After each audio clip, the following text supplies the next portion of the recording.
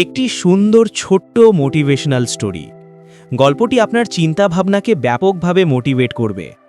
আপনারা যারা এই গল্পটি শোনেননি তারা অবশ্যই একটু সময় দিয়ে গল্পটি প্লিজ শুনবেন। আপনার কাছে এই ছোট্ট গল্পটি হয়তো খুবই হেল্পফুল হবে। তো চলুন শুরু করা যাক। একদিন এক ব্যক্তি এক সাধুর কাছে গেল এবং তার সমস্যার কথা বলল।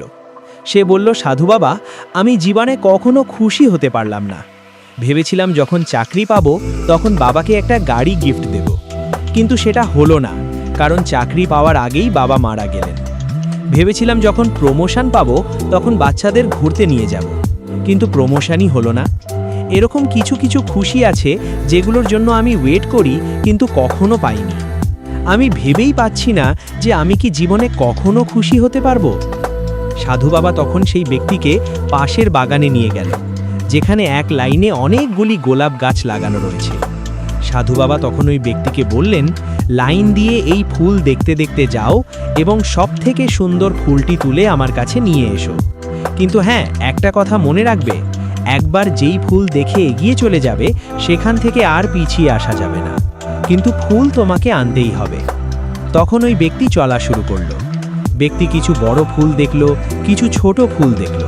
প্রত্যেক ফুলের কাছে গিয়েও তুলল না, ভাবছে ওর থেকেও বড় ও সুন্দর ফুল হয়তো সামনে রয়েছে।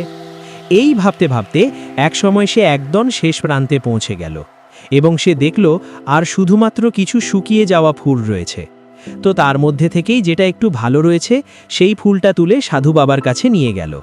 সে বলল, রাস্তায় আমি অনেক ছোট বড় ও সুন্দর সুন্দর ফুল দেখেছি, কিন্তু এই ভেবে এগিয়ে গেছি যে সামনে হয়তো এর থেকেও বেশি সুন্দর ও বড় ফুল রয়েছে, কিন্তু শেষে গিয়ে শুধু শুকিয়ে যাওয়া ফুলই দেখলাম, তাই তার মধ্যে থেকেই এটি আনলাম।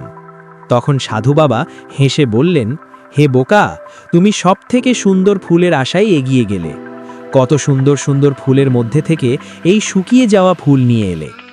এই বাগানে ধরো তোমার জীবন, আর এই ফুল তোমার জীবনে আসা ছোট বড় খুশি।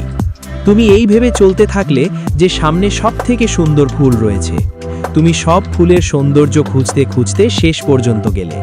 ঠিক এরকমই জীবনে আসা ছোট ছোট খুশিগুলোকে ত্যাগ করলে শুধুমাত্র বড় খুশি পাবে বলে। যখন বুঝতে পারবে তখন জীবনে আর কোনো খুশিই থাকবে না। বন্ধুরা, এই ছোট্ট একটি গল্প দিয়ে নিজেকে এবং আপনাকে মনে করিয়ে দিলাম যে জীবনে আসা ছোট ছোট খুশিগুলোকে সেলিব্রেট করুন। কালকের জন্য না ভেবে আজকের জন্য বাঁচুন। সব সময় খুশি থাকার চেষ্টা করুন। বন্ধুরা, গল্পটি আপনাদের কেমন লাগলো জানাবেন এবং আমার এই চ্যানেলটিকে প্লিজ সাবস্ক্রাইব করে নিন। আমি আরও ভালো ভিডিও আপনাদের শেয়ার করার চেষ্টা করব। ধন্যবাদ।